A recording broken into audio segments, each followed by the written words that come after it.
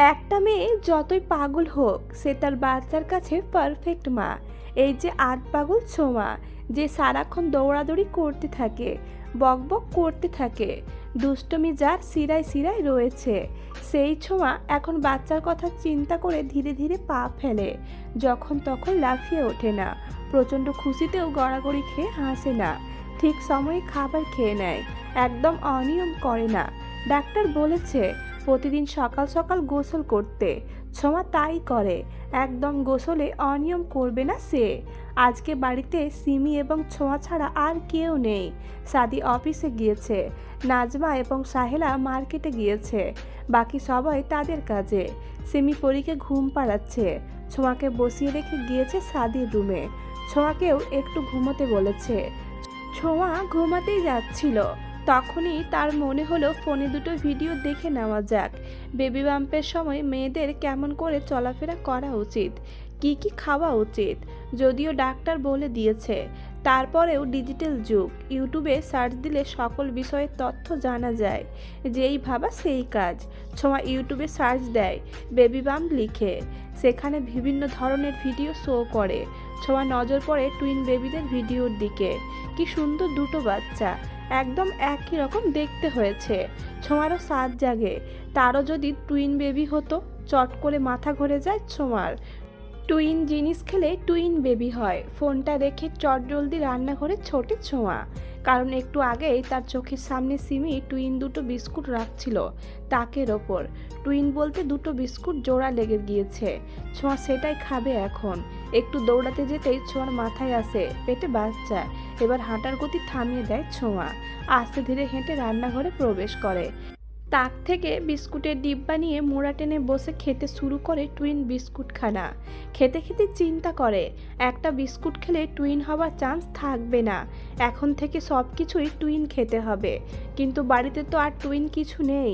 সাদিকে call করতে হবে এবং বলতে হবে বাজারে যত টুইন ফলমূল আছে সবই যেন নিয়ে আসে। ভাবতে ভাবতে খাওয়া শেষ করে ফেলে, এক গ্লাস পানি পান করে খানিকক্ষণ বসে রেস্ট নেয়। ডাক্তার পয় পয় করে বলে দিয়েছে খাবার খাওয়ার পরে একটুখানি রেস্ট নিতে। ভরা পেটে লাফালাফি করলে পেট ব্যথা করতে পারে। অফিস বাদ দিয়ে সাদি সামিরের পেছনে ঘুরছে, তারা অবশ্যই কারণ আছে। ঐশীর বাবা বিয়ে তো দিতে চেয়েছে, কিন্তু ডেট তো বলল না। বিয়ের বয়স পেরিয়ে যাচ্ছে, বিয়ে দিবে দিবে করে 1 বছর ঘুরাবে ঢের বুঝতে পারছে সামির। তাই সে সাদির অফিসে গিয়ে বসের হাত পা ধরে কেঁদে কেটে বলেছে আমার বউ আর এক ব্যাডার লাগে ভাগছে, এবার সাদি ছাড়া কেউ তাকে ফেরাতে পারবে না। আজকের মতো ছুটি দিয়ে দিন সাদিকে, আপনার পা দুটো মাথায় তুলি আমি। বস হকচকিয়ে গিয়ে সাদিকে ছুটি দিয়েছে। সাদি অফিস থেকে বেরিয়েই অবশ্যই স্বামীরকে দুটো থাপ্পড় মেরে দিয়েছে এবং আবারও অভিশাপ দিয়েছে তোর বউ সত্যি একদিন আরেক ব্যাডার সাথে যাবে দেখিস। স্বামীর বুক ফুলিয়ে শার্টের কলার ঠিকঠাক করে জবাব দিয়েছে যেতে পারবে না রে ভাই। স্বামীর বোকা হতে পারে কিন্তু চালাক না।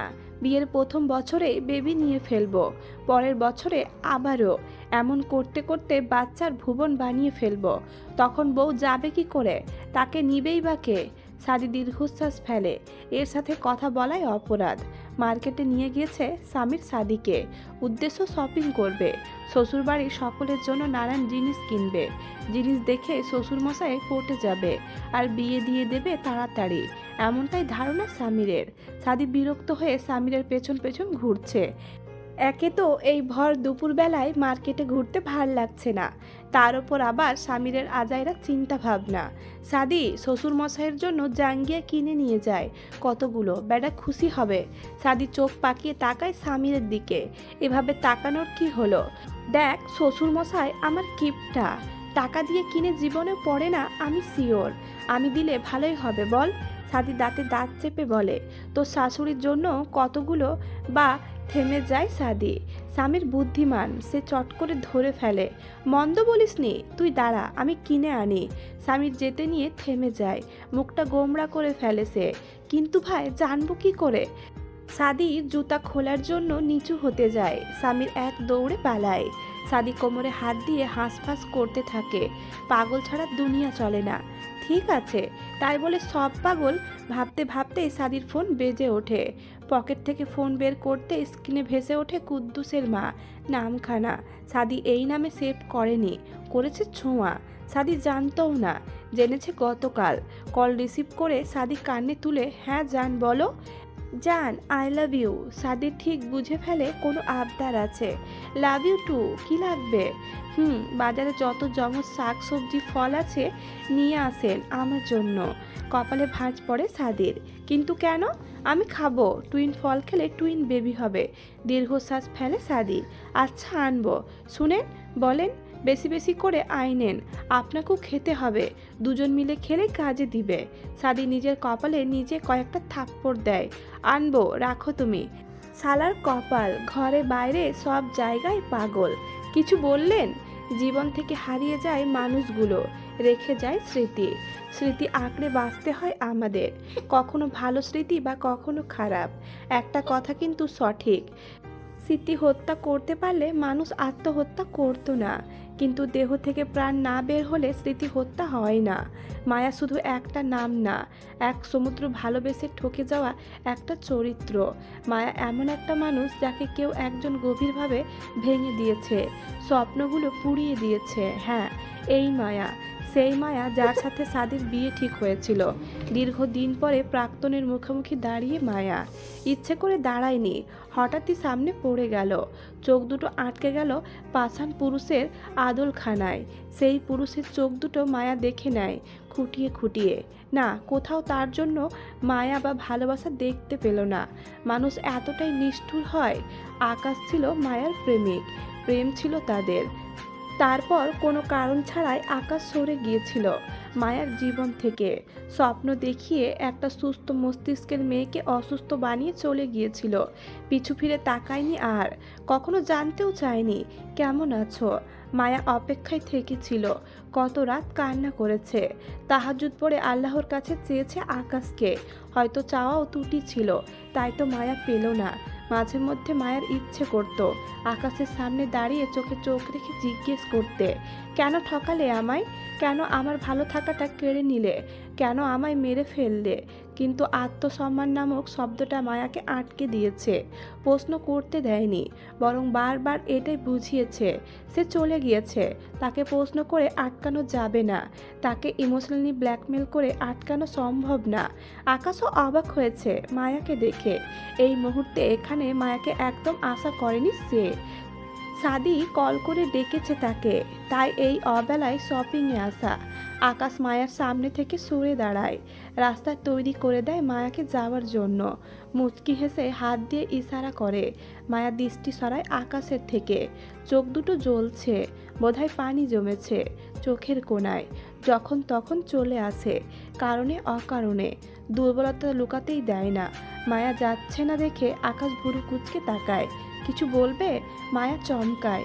প্রশ্ন আশা করেনি সে, তবে জবাব দিতে ইচ্ছে করছে।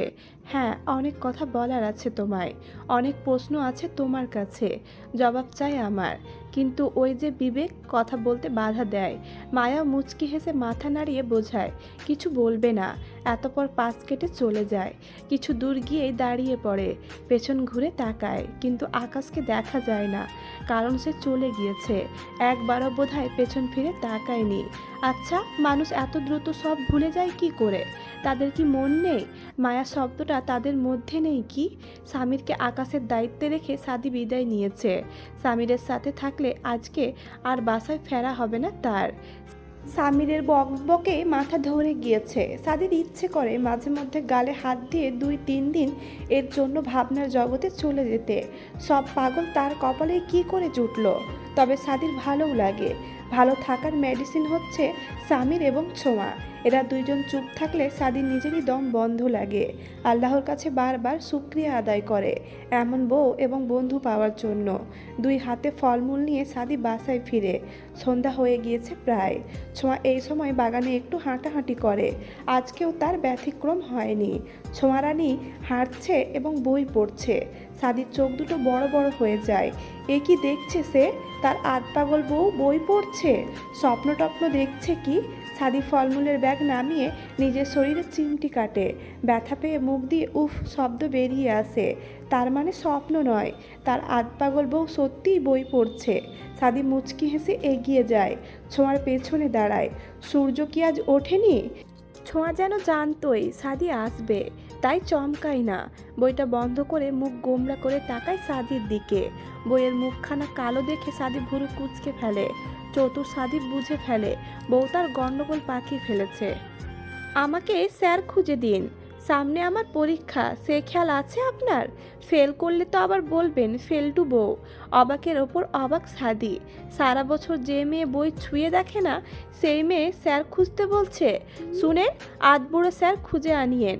আমি আবার দেখতে সুন্দরী, কম বয়সী স্যার আনলে প্রপোজ করে বসতে পারে। সাদি ছোঁয়ার মাথায় টোকা দেয়। সুন্দরী ফকিন্নি, তোমার পড়ালেখার নেশা জাগলো কেন? কেসটা কি খুলে বলো। ছোঁয়া মুখ বাঁকায়।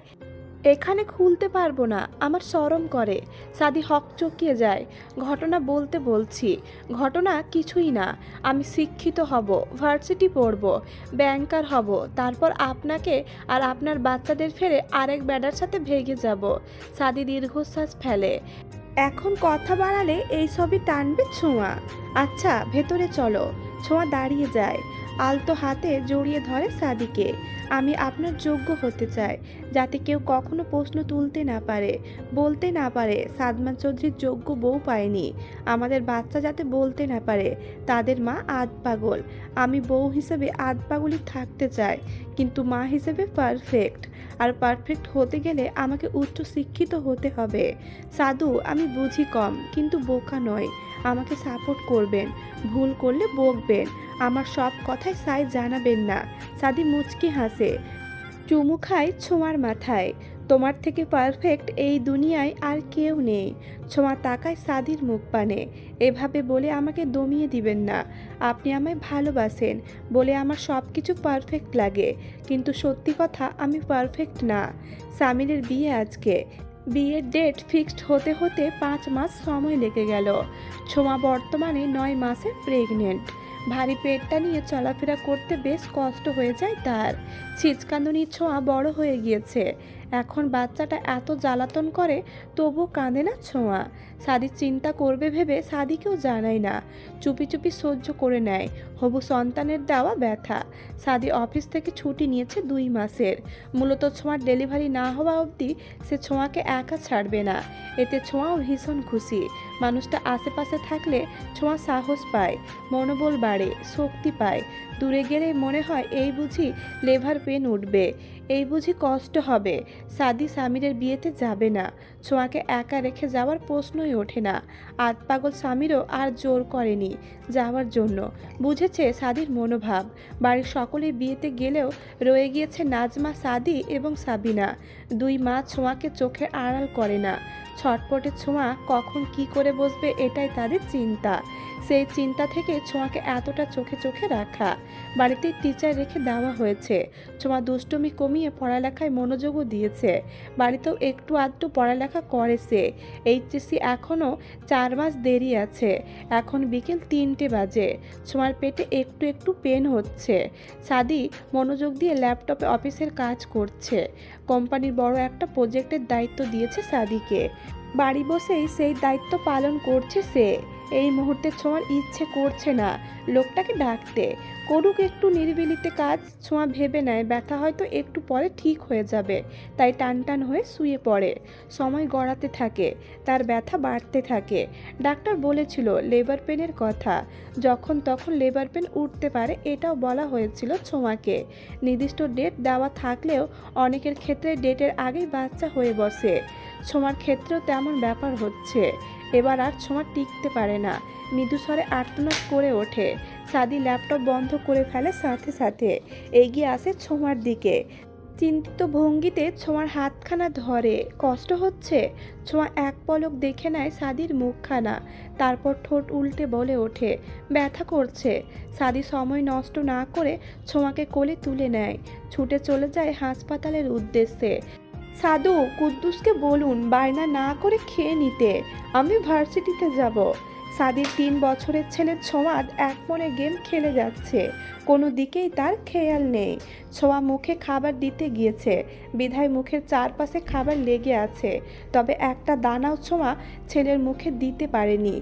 সাদি শার্টের সবগুলো বোতাম লাগানো শেষ করে ছেলের পাশে বসে, হাত বাড়িয়ে ডাকে, ছোঁয়াদ পাপার কাছে এসো। ছোঁয়াদ ফোন ফেলে এক লাফে বাবার কোলে উঠে পড়ে। ছোঁয়া গাল ফুলিয়ে ফেলে, আমি এতক্ষণ কুদ্দুস কুদ্দুস বলে ডাকলাম, সাড়া দিল না। ছোঁয়াদ তার ফোকলা দাঁতে হেসে আঙুল নাড়িয়ে বলে, মাই নেম ইজ ছোঁয়াদ চৌধুরী। সাদি হেসে ছেলের মাথায় চুমু খায়, তারপর ছোঁয়ার থেকে খাবারের বাটি নিয়ে চামচ দিয়ে ছেলের মুখে খাবার তুলে দেয়। ছোঁয়াদ খেতে থাকে। ছোঁয়া রেগে বম হয়ে যায়, কোমরে হাত দিয়ে দাঁড়িয়ে যায়। ছেলেকে একদম নিজের কবজায় নিয়ে নিয়েছেন আপনি, তুমিও নিয়ে যাও। কালো জাদু করেছেন যে, আমি নিব কি করে? তুমি সাদা জাদু করে ফেলো। ছোঁয়াদ বলে ওঠে, পাপা হোয়াট ইজ সাদা জাদু? কুদ্দুস তুই একদম ইংরেজি বলবি না, ওটা ইংরেজদের ভাষা। ছোঁয়াকে ভেঙচি কাটে। ছোঁয়া বলে ওঠে, আমার এখনই আর একটা ছেলে লাগবে, যাকে আমি পালবো, যে আমার মতো হবে। বাবার মতো ছেলে আমার লাগবে না। সাদি হাতের ইশারায় দেখিয়ে দেয়, ওই যে দরজা, যাও নিয়ে এসো ছেলে। ছোঁয়া সাদির চুল টেনে দিয়ে রাগে গজগজ করতে করতে বেরিয়ে যায়। সাদি হাসে, আমার পরিবার, আধ পাগল বউ, আমার হৃদয় হরণী, বড় আর হলে না তুমি।